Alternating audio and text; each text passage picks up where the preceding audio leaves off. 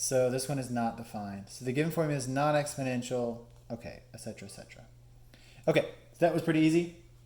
Pretty simple stuff, figuring that out. Let's keep going. It says finding sums of infinite series. So up here, it says determine whether the sum of an infinite series is defined. So if we can figure out that it's defined, then we can actually find it.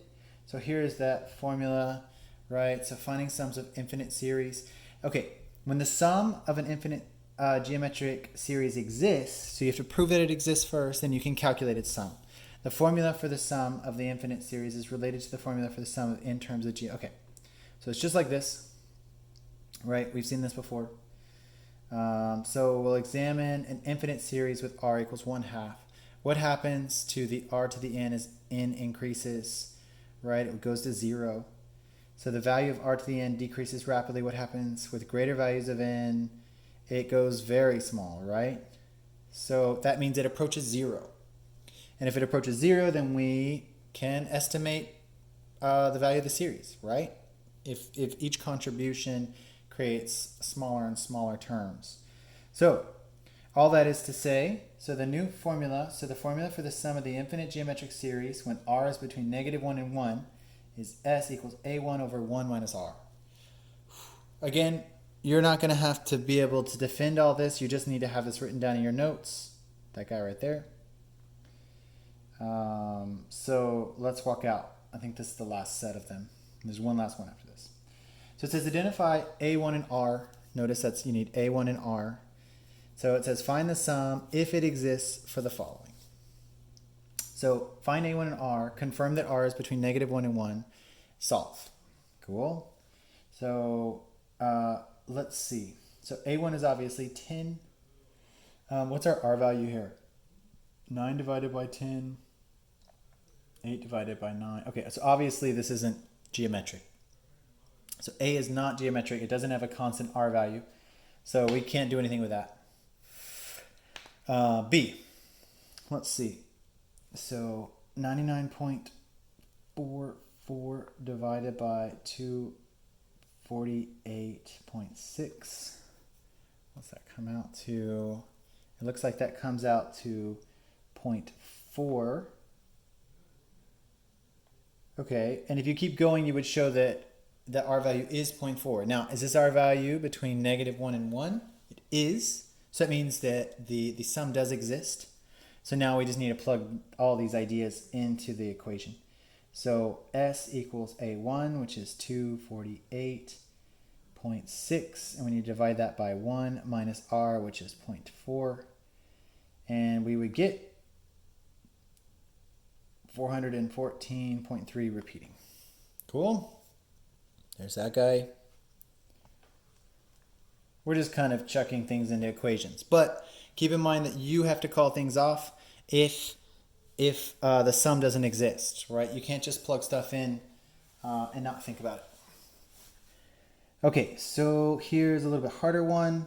It looks like our r value is between -1 and 1. So we can just plug this in. Here's our first term right there. Cool, there's a1.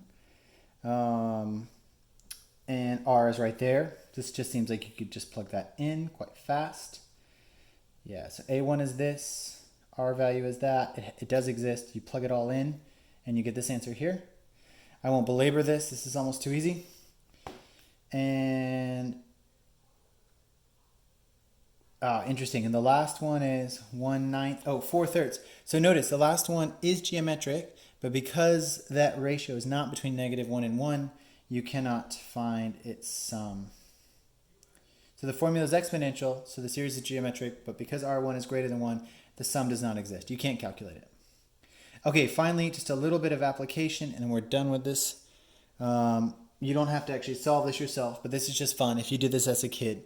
So they say, given the repeating decimal, 0.3, 0.3 repeating, they say turn this into some fraction. Okay, this is something you learned in 5th grade, maybe. I taught my 5th graders this. But they want to apply it to what we just learned here. So all they say is, it's obviously like what, 0.3333, right?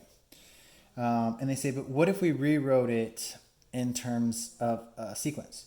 So what if we wrote it as this? What if we said 0.3 repeating is 0.3 plus 0.03, right? We're breaking it down kind of into its places. Cool. And then what if we broke that further down into 0.3, that doesn't change, plus, and again, we want to say, they'd kind of do it backwards here, but anyways, so they say, if we multiplied, to get this, we need to multiply 0.1 times 0.3, right? Then we get 0.03. And the next term would be what? It would be 0.1, so plus 0.1 times 0.1, right? Repeated multiplication times 0.3, and it would go on forever, right? You see how we're repeating the 0.1s here? So this could turn into a sequence that we could obviously turn into a series, which we could just calculate, right? This is really exciting. All right. So here's a great application of all this. So then let's use the equation we just learned, S equals A1. So our first term would be 0.3 and then 1 minus, and our R value. So what was our R value? Our R value was 0.1, right? Which is between -1 and 1. So what do we get? We get 0.3 over 0.9.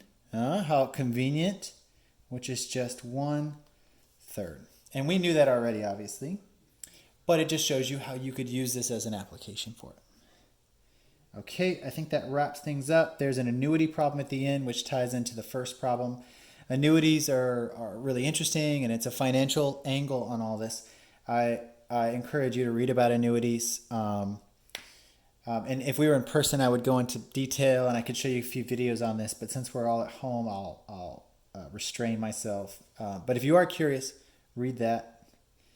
And that's it. And then an example on annuities. And that is it. Let me give you the homework on this. So 11.4, this is geometric and arithmetic series.